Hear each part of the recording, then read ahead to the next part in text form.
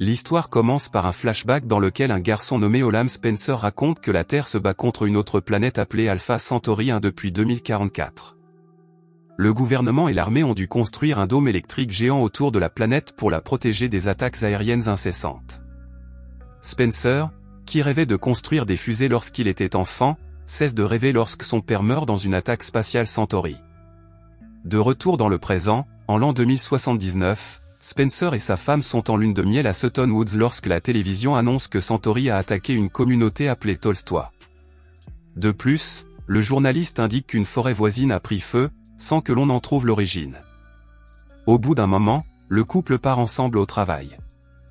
Maya se rend à l'hôpital où elle travaille comme médecin et passe des scanners spéciaux qui permettent de distinguer les humains des imposteurs. Pendant ce temps, Spencer arrive à son usine d'armement et son meilleur ami Nelson l'accueille.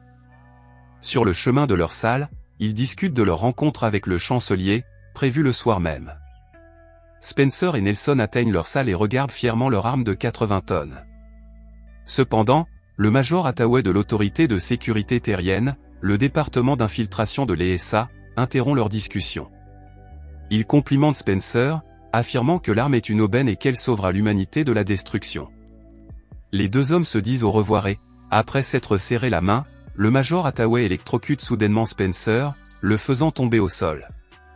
Il l'emmène ensuite dans une pièce spéciale.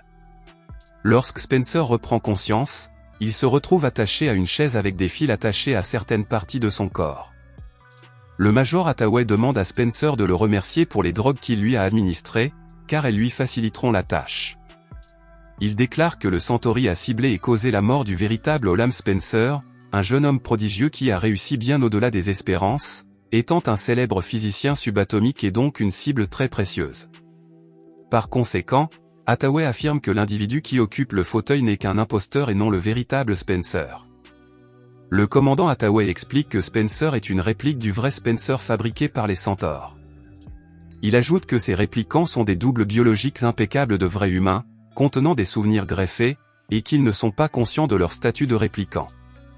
Hathaway accuse le répliquant d'avoir le chancelier comme prochaine cible. Pour mieux comprendre, Hathaway montre le cœur d'un autre répliquant extrait de son corps et révèle que chaque répliquant possède une bombe cachée, appelée « bombu ». La bombe semble être un cœur humain, mais seule une opération chirurgicale ou un scanner médical spécialisé peut la découvrir. De plus, la bombe n'explose que lorsqu'elle atteint sa cible. Alors que Hathaway s'apprête à percer la poitrine de Spencer pour trouver la bombe, Spencer commence à le manipuler et à le distraire. Des hommes arrivent et détachent Spencer pour l'emmener au poste de forage. Saisissant l'occasion, Spencer échappe à leur emprise et s'empare d'un couteau qui se trouve à proximité. Il quitte la pièce et court frénétiquement autour du bâtiment, puis saute dans un ascenseur ouvert. Nelson et deux hommes armés en sortent et Spencer est surpris. Il se met à tirer par réflexe et tue accidentellement Nelson. Cela attriste Spencer. Pendant ce temps, Hathaway arrive sur les lieux et Spencer s'échappe. Atteignant un tunnel, il appelle Maya et lui demande son scan, qui peut aider à prouver son innocence. Il dit à Maya qu'ils veulent le tuer. Maya lui demande où il se trouve et lui conseille de ne pas aller à l'hôpital, après quoi il raccroche. Au siège de l'ESA, Hathaway s'entretient avec le secrétaire de l'ESA, qui lui demande de trouver rapidement une solution. Pendant ce temps, un détecteur localise la position de Spencer à l'extérieur des tunnels et la communique au siège de l'ESA. Spencer atteint un bâtiment abandonné et une petite fille l'avertit de ne pas entrer à l'intérieur, mais il continue quand même. Au bout d'un moment, l'équipe de l'ESA arrive sur place et commence les recherches. Spencer est presque capturé, mais un groupe de sans-abri l'enlève. Ils le mettent en cage et se disputent entre eux pour savoir ce qu'ils vont faire de Spencer. Alors que l'équipe de l'ESA quitte les lieux, l'un des kidnappeurs, Cal, emmène Spencer à la limite du dôme électromagnétique. Il lui dit que la patrouille frontalière paie très cher pour des gens comme Spencer, et qu'il va donc le leur vendre. Cependant, Spencer tente de le convaincre et lui dit qu'il peut lui fournir des drogues et des produits pharmaceutiques à vendre. Il déclare que sa vie vaut plus que ce qu'il pense. Spencer demande à Cal de taper le code de Maya pour prouver ses liens avec l'industrie pharmaceutique. Il dit ensuite à Cal que Maya est sa femme et qu'elle fera tout pour le sauver. À l'hôpital, le major Hathaway rencontre Maya et s'excuse de sa perte. Il lui demande ensuite si le répliquant l'a contacté, mais elle répond par la négative et sort précipitamment de la chambre. Au même moment, Cal emmène Spencer dans un vieil hôpital sale, où une femme retire le traceur à l'intérieur du corps de Spencer et le rend intraçable. Après le retrait, Spencer remarque que Cal s'occupe d'une jeune fille blessée avec laquelle il semble avoir des relations intimes. Au retour de Cal, Spencer demande à ce dernier de lui rendre le traceur en souvenir. Après avoir reçu le traceur, le duo part et entre dans un tunnel, où Cal rencontre ses amis. Il se dispute avec eux et finit par pointer une arme sur Spencer. Cal hurle à Spencer de révéler sa véritable identité. Spencer lui dit que les SA pensent qu'il est un répliquant avec une bombe dans le cœur.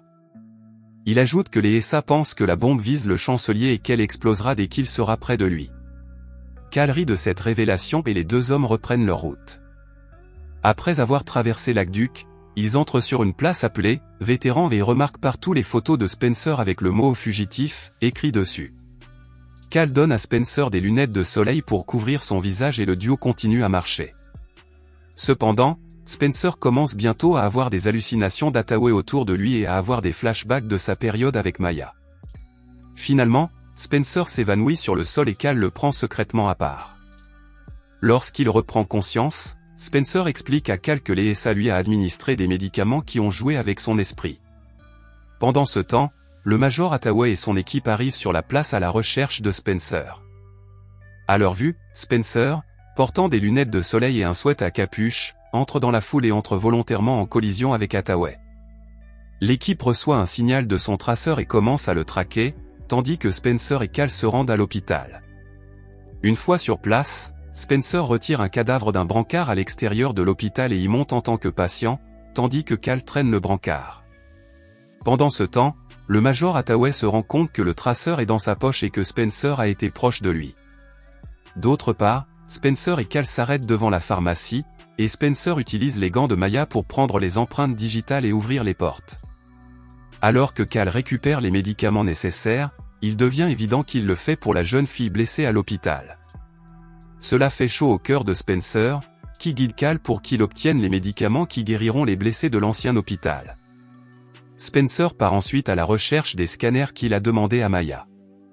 Il finit par les trouver et interroge le docteur Caron sur Maya. Ce dernier lui répond que Maya a dû partir avec les SA. Il demande alors au docteur Caron de scanner son cœur, car le scanner spécialisé peut aider à comparer le scanner précédent avec le nouveau et révéler sa véritable identité. Le docteur Caron l'emmène dans la salle de scanner et met l'appareil en marche. Pendant que Spencer observe son scanner, le docteur Caron appelle secrètement une infirmière. Elle identifie Spencer et se dépêche d'appeler la sécurité. Mais elle tombe sur Cal, déguisé en agent de sécurité, et l'informe que Spencer est à l'intérieur et qu'il doit trouver la SE.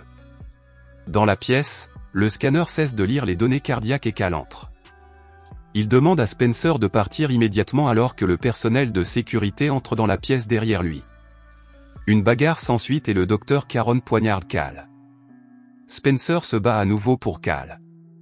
Après avoir terminé, Spencer insère un mouchoir dans la chemise de Cal pour arrêter l'hémorragie et, comme Cal est toujours déguisé en personnel de sécurité, il s'échappe facilement. Pendant ce temps, Spencer se heurte au Major Hathaway et entre dans la salle d'urgence de l'hôpital. Il se cache alors que les SA perd à nouveau sa trace. Spencer sort en cachette et regarde les informations à la télévision, qui annoncent la venue du chancelier en ville ce soir. Pendant ce temps, l'origine de l'incendie à Sutton Woods reste inconnue. Il a un flashback de lui et Maya dans les bois et court vers un homme inconscient à proximité. Spencer utilise son téléphone pour appeler Maya et lui demander de le rejoindre là où ils se sont rencontrés pour la première fois. Maya se rend dans les bois de Sutton et rencontre Spencer. Il lui explique que les SA pensent qu'un vaisseau Centauri a atterri à l'intérieur du dôme et que les extraterrestres l'ont tué et ont emporté son corps. Cependant, selon lui, les SA a commis une erreur cruciale, ils n'ont pas vu le vaisseau s'écraser dans les bois de Sutton, ce qui a provoqué l'incendie de la forêt. Il tente alors de convaincre Maya que le vaisseau est à proximité et qu'il peut le retrouver pour prouver son innocence.